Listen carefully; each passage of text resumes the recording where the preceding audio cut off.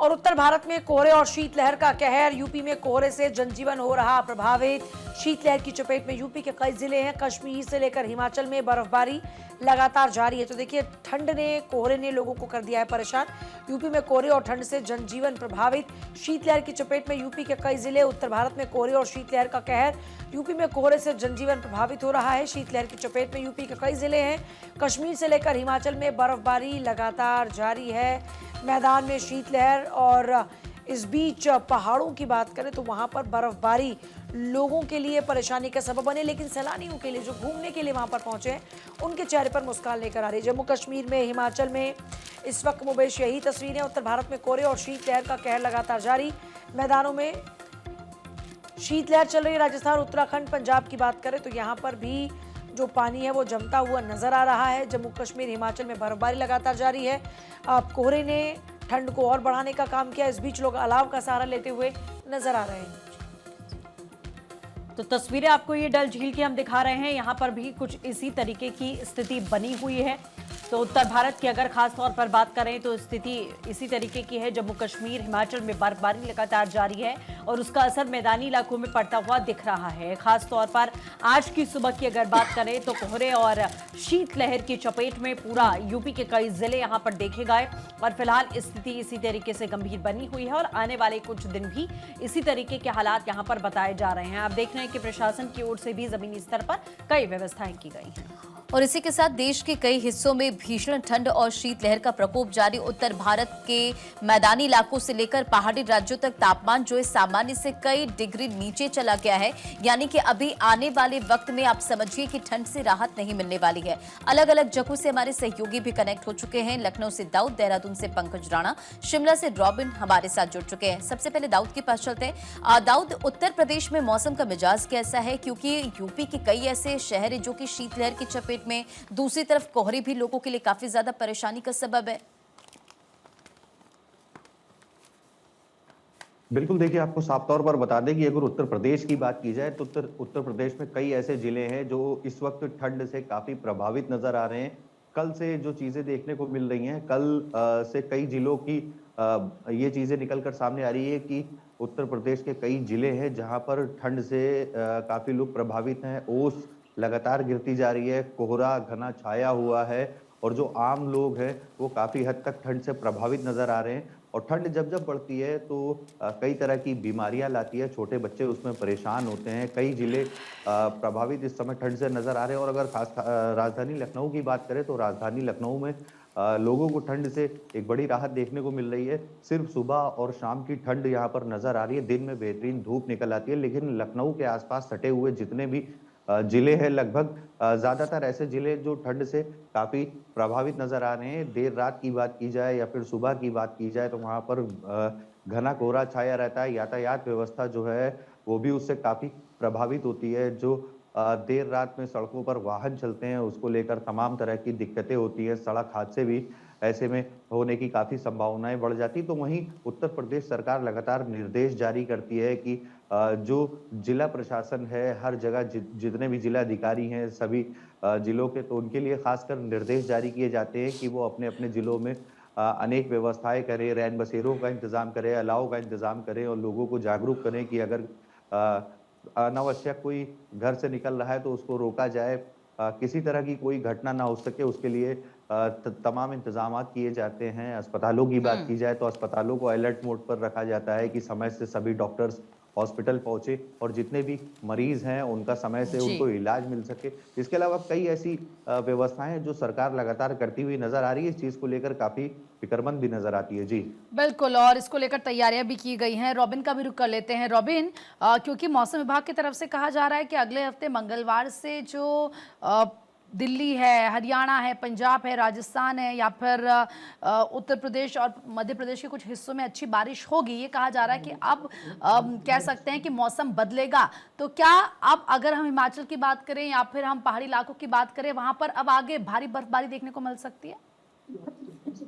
क्योंकि देखिए इस वक्त हिमाचल प्रदेश भी कोहरे की चपेट में है और ठंड की चपेट में है। आधे से ज्यादा हिमाचल प्रदेश जो है शीतलहर का जो दंश है वो झेल रहा है। हालांकि आने वाले समय में हिमाचल प्रदेश में भी पश्चिमी विक्षोभ सक्रिय होने का अनुमान जताया गया है। 15 जनवरी के आसपास हिमाचल प्रदेश में एक पश्चिमी विक्षोभ सक्रिय होगा, इस तरह का अनुमान मौसम विज्ञान केंद्र की ओर से लगाया गया है। बहरहाल आने वाले दिनों में इसका असर कितना हिमाचल प्रदेश में देखने को मिलता है, ये तो 15 जनवरी के बाद ही तय होगा, लेकिन उम्मीद की जा रही है कि इस दौरान प्रदेश के जो हायर रिचेज है और खासतौर पर जो मिड बेल्ट है, लगातार जो बर्फबारी का इंतजार कर रहे हैं, वहां पर बर्फबारी देखने को मिल सकती है। हल्की बर्फबारी यहाँ इन इलाकों में हो सकती है। हालांकि प्रदेश के जो ऊपरी इलाके हैं, बहुत हायर रिचेज हैं, वहां पर रुक रुक कर जरूर बीच बीच में बर्फबारी हो रही है, लेकिन उसका असर पूरे प्रदेश पर देखने को मिल रहा है ठंड के रूप में। लेकिन जो सूखी ठंड है वो लगातार लोगों को परेशान कर रही है।